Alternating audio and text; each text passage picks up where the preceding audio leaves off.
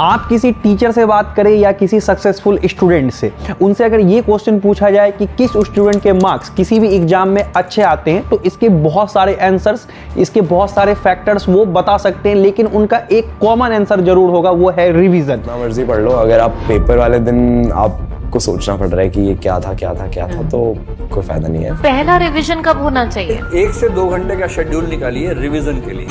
Revise करो। अगर आपने साइंटिफिक मेथड जान लिया ना रिवीजन करने का, तो आपको बार बार याद करने की जरूरत नहीं है। आप एक बार रिवाइज करोगे और सारी इंफॉर्मेशन आपके लॉन्ग टर्म मेमोरी के अंदर स्टोर हो जाएगी। वीडियो में फर्दर आगे बढ़ने से पहले हम एक चीज क्लियर कर देना चाहते हैं कि रिवीजन 2 तरह के होते हैं। एक ये कि जो भी चीज आप लोगों को क्लास में पढ़ाया गया है उसको तुरंत आके घर में रिवाइज करना।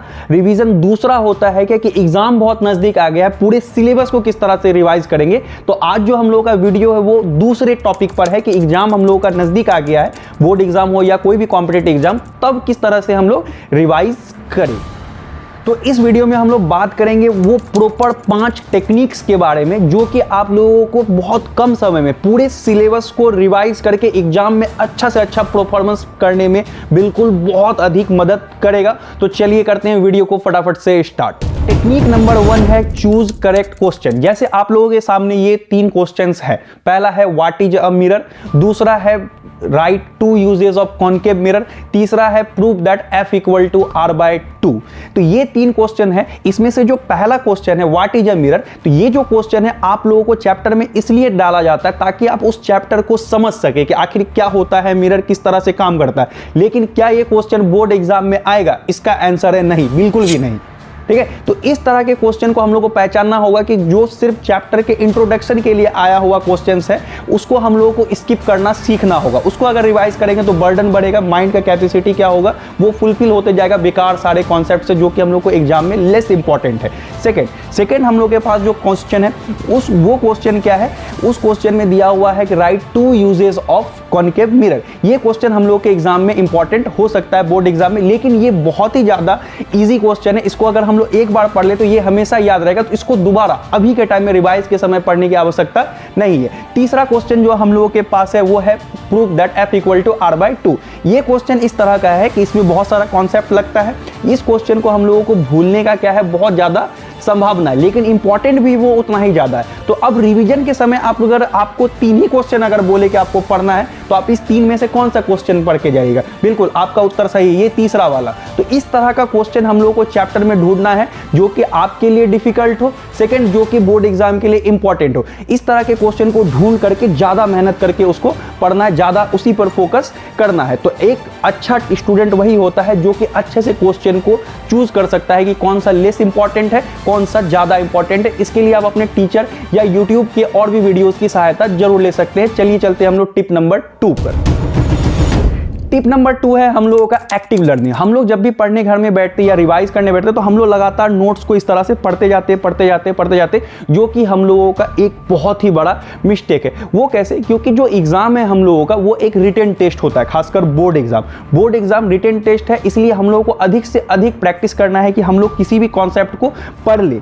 रटने का प्रयास तो बिल्कुल भी नहीं करना, पढ़ ले उसको। जो है हम लोग एक बार विजुलाइज करें कि क्या था, ठीक है, उसके डायग्राम को विजुलाइज करें, उसके बाद उसको खुद से लिखने का प्रयास करें। इससे होगा क्या, आपके मेमोरी जो है एक्टिवली काम करेगा और आप उसके उत्तर को सिर्फ ना ही जो टीचर लिखाया है उसको याद रख पाइएगा, याद करके लिखिएगा, बल्कि आप खुद से भी आंसर बनाने सीख सकिएगा।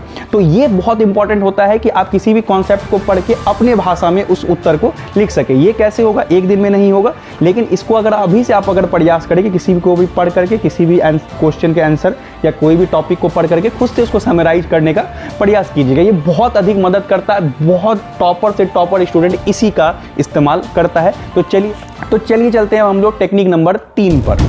अगला है टिप नंबर 3, क्या? Diagram says many stories. मतलब क्या, हम लोग जब भी पढ़ते हैं, जब भी हम लोग खासकर बोर्ड एग्जाम का तैयारी करते हैं, तो हम लोग थ्योरी पे बहुत ज़्यादा ध्यान देते हैं। हम लोग जो है डायग्राम्स पर, फिगर्स पर ध्यान कम देते, उसको हम लोग लेस इंपॉर्टेंट समझते हैं। लेकिन ऐसा नहीं है, हमेशा याद रखिए जो डायग्राम होता है वो बहुत कुछ बताता है उस थ्योरी के बारे में। जैसे कि यहाँ पर एक डायग्राम है और हम बायोलॉजी के स्टूडेंट भी नहीं, लेकिन अगर ये डायग्राम मेरे सामने में आ गया तो हम डाइजेस्टिव सिस्टम को बिल्कुल बता सकते हैं कि ये माउथ कैविटी है, है ना। यहाँ पर ओइसोफेगस है, ये स्टोमक है, उसके बाद ये स्मॉल इंटेस्टाइन है, ये लार्ज इंटेस्टाइन है, ये एनस है। मतलब कि हम बता सकते हैं खाना यहाँ से यहाँ पहुँचेगा, यहाँ से यहाँ पहुँचेगा, यहाँ से यहाँ। अगर ये हम लोग को पता है तो उस सारे जो चीज़ का जो काम है, मतलब अलग अलग, मतलब स्टोमक का क्या काम है, उसको थोड़ा सा अगर हम लोग याद कर ले तो हम लोग डाइजेस्टिव सिस्टम को बहुत ही ऐसे याद रख सकते हैं। तो ये कैसे कर सकते हैं, जब हम लोग के सामने उसका फिगर होगा, है ना। यानी कि अगर मैथ का भी अगर हम लोग को फिगर पता है किस तरह से बनेगा, बायोलॉजी का पता है, बाकी सारे सब्जेक्ट्स है जिसमें भी फिगर बन सकता है, अगर हम लोगों को पता है, ठीक है, तो डायग्राम से हम लोग बहुत सारे आंसर को खुद से क्या कर सकते हैं, बना सकते हैं। इसलिए डायग्राम को बहुत ज़्यादा इंपॉर्टेंस दीजिएगा हर सब्जेक्ट का, या इक्वेशन हो या डायग्राम हो इसका। तो चलिए अब हम लोग चलते हैं टेक्निक नंबर 4 पर। टेक्निक नंबर 4 है टाइम मैनेजमेंट। टाइम मैनेजमेंट का मतलब क्या है, ये हम लोग का टिप नंबर 1 से कनेक्टेड है, इसलिए वीडियो को पूरा देखना बहुत ही आवश्यक है। अगर हम लोग एक 4 को नहीं समझ पाएंगे ठीक से तो 1 को भी नहीं समझ पाएंगे, वहां से स्किप करने से यही प्रॉब्लम हो सकता है। तो चलिए 4 क्या है, टाइम मैनेजमेंट किस तरह से, हम लोग फर्दर फिर से चलते पुराने उस जगह पर जहां पे हम लोग सीखे थे। 3 क्वेश्चन हम लोग के सामने ये था। तो अगर हम लोगों को टाइम देना है तो किस क्वेश्चन पे हम लोग ज्यादा टाइम देंगे रिवीजन के समय। ऑफ कोर्स आपका उत्तर सही है, तीसरे क्वेश्चन पर, ठीक है, क्योंकि ये भूलने का चांसेस भी ज्यादा है, ये हम लोग का वीक पोर्शन भी हो सकता है। ये क्वेश्चन टू क्वेश्चन डिपेंड भी करता है, कौन किसको डिफिकल्ट लगता है, सब्जेक्ट वाइज भी डिपेंड, मतलब कि क्या होता है, ये डिफर करता है पर्सन टू पर्सन। तो आप खुद से चूज कीजिए कि कौन सा क्वेश्चन इंपॉर्टेंट है, उससे भी ज्यादा इंपॉर्टेंट कि किस क्वेश्चन में हमको प्रॉब्लम है, हम उस क्वेश्चन पर ज्यादा समय देंगे। सब्जेक्ट के किस पोर्शन पे हमको ज्यादा दिक्कत है, हम उस पर ज्यादा समय देंगे, ठीक है।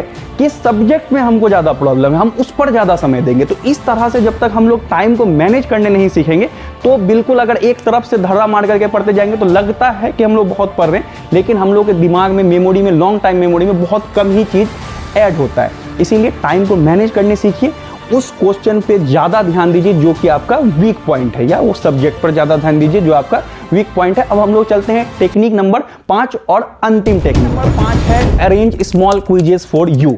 ऑब्जेक्टिव क्वेश्चन का अगर रिवाइजन करना है तो उसका सबसे आसान तरीका क्या है कि अपने लिए आप एक छोटा मोटा क्विज अरेंज कीजिए। 100 क्वेश्चन का एक क्विज बनाइए, 100 क्वेश्चन को सॉल्व कीजिए। उसके बाद जो है हम लोग क्या करेंगे कि अपने से ही चेक करके जो भी मार्क्स हैं, 99 नहीं, मान लीजिए उससे कमी 95/100, जिसमें भी गलती हुए उस 5 क्वेश्चंस को देखेंगे। हम लोग गलती क्या करते हैं, हम लोग क्या करते हैं, सबसे पहले बुक में आंसर टिक कर लेते हैं इस तरह से, ठीक है। अक्सर स्टूडेंट, आप नहीं करते लेकिन बहुत कोई करते हैं, आप भी कभी ना कभी किए होंगे। आंसर टिक कर लेते हैं, उसके बाद उसको रटने का प्रयास करते हैं। ये बहुत ही गलत मेथड है ऑब्जेक्टिव को पढ़ने का। उसका सही तरीका क्या है, ऑब्जेक्टिव का बुक रखिए, उसको पूरा जो है एक बार देख लीजिए, उसके बाद जो है सारा क्वेश्चंस के आंसर को कीजिए, OMR शीट पे कीजिए। OMR शीट को कलर करने का भी प्रैक्टिस इसके साथ साथ होगा, और खुद से मार्क्स उसमें इनपुट कीजिए।